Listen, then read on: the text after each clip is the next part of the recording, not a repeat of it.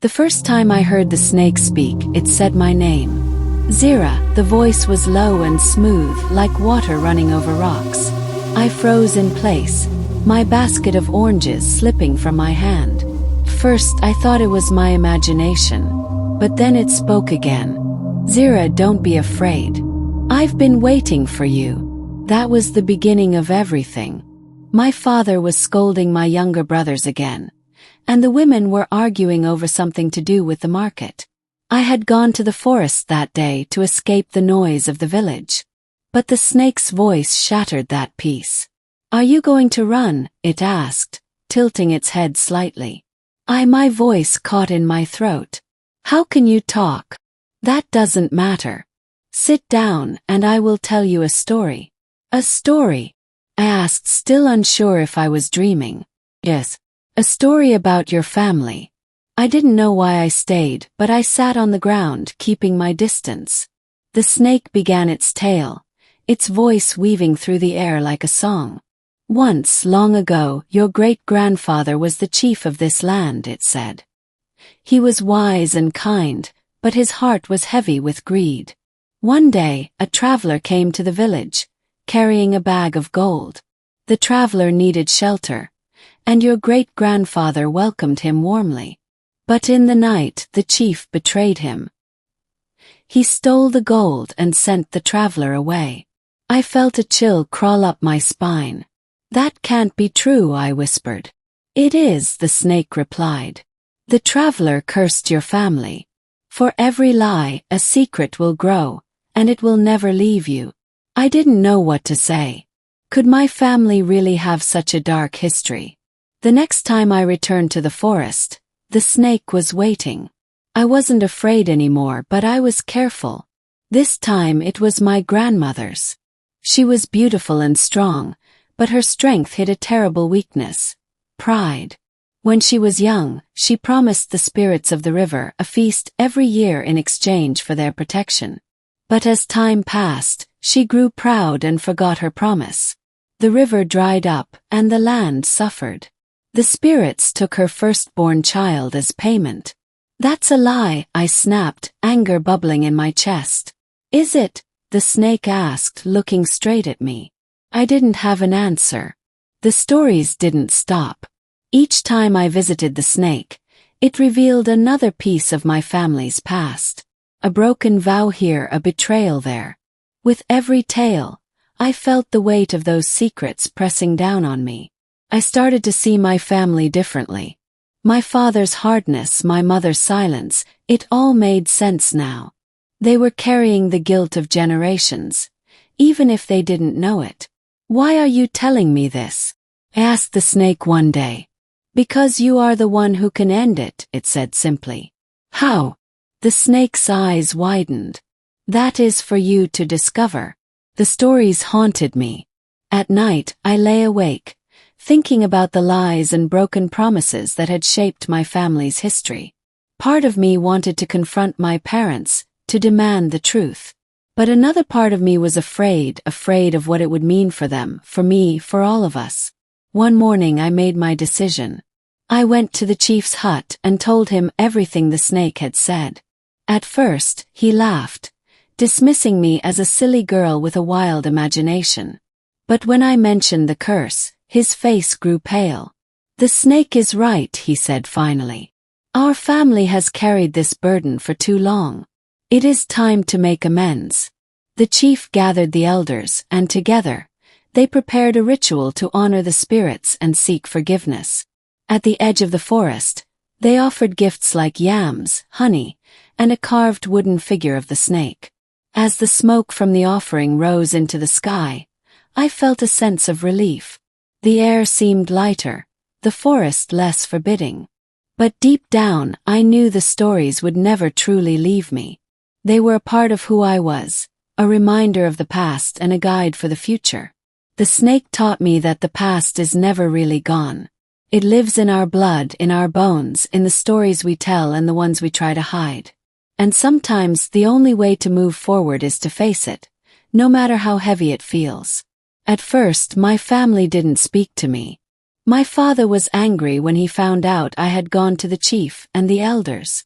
"Do you know what you've done?" he shouted. "You've shamed us. You've dragged our name into the dirt." The village was no different. People whispered behind my back. The children pointed at me and called me Snake Girl, while the older women shook their heads as I walked past. Still, I didn't regret my decision. A week after the ritual, my father sat me down. His anger had faded, replaced by something I couldn't quite place. Sadness, maybe, or shame.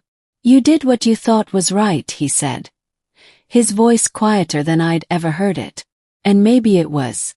But you don't understand what it means to carry the truth. It's heavy, Zira. Too heavy for someone as young as you." "I want to help," I said. He nodded, though I wasn't sure if he believed me. My mother kept her distance for weeks, her silence sharper than any words she could have spoken. But one evening, as I helped her grind millet, she finally said, "You're brave, Zira. Braver than I was." That was all she said, but it was enough. The village, too, began to change. The ritual wasn't just about my family, it was about everyone. The elders declared that once a year, we would gather at the edge of the forest to honor the spirits and remember the stories of our ancestors. The truth didn't erase the pain or the guilt, but it brought us a kind of peace. My father started sharing more about his childhood, his struggles and his regrets. My mother began to smile more, even laugh sometimes. And me. I realized that the snake had given me more than stories, it had given me a purpose. I became the village storyteller, the keeper of our history. Every evening I sat by the fire, weaving tales of the past and the lessons they held. The snake never spoke to me again, but I often felt its presence in the forest.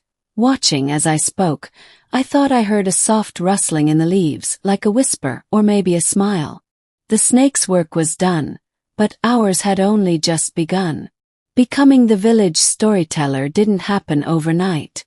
At first, I wasn't sure anyone wanted to hear me speak, especially after how everything started.